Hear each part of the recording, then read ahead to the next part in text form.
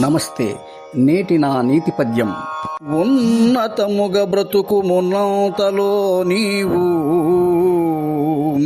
అప్పు చేసి తినకు పప్పు కూడు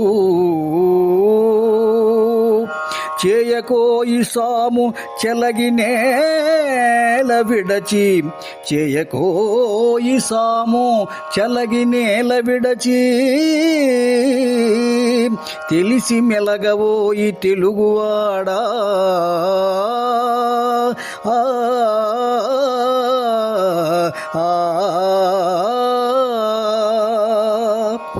మిత్రులారా, మనకు ఉన్నంత ఆదాయంలో ఎంతవరకు తృప్తిగా బ్రతకవచ్చో అంత మాత్రమే గౌరవంగా తృప్తి చెందుతూ బ్రతకడం నేర్చుకోవాలి. విలాసాలకు, వినోదాలకు, హంగులు, ఆర్భాటాలకు పోయి అప్పులు చేయటం నేల విడిచి సాము చేయటం లాంటిదే. దానివల్ల ఎప్పటికైనా అవమానాలు, బాధలు పడటం ఖాయం.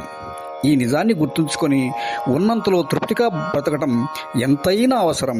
అందుకే పెద్దలంటారు, మంచమున్నంతలో కాళ్ళు ముడుచుకోవాలి అని.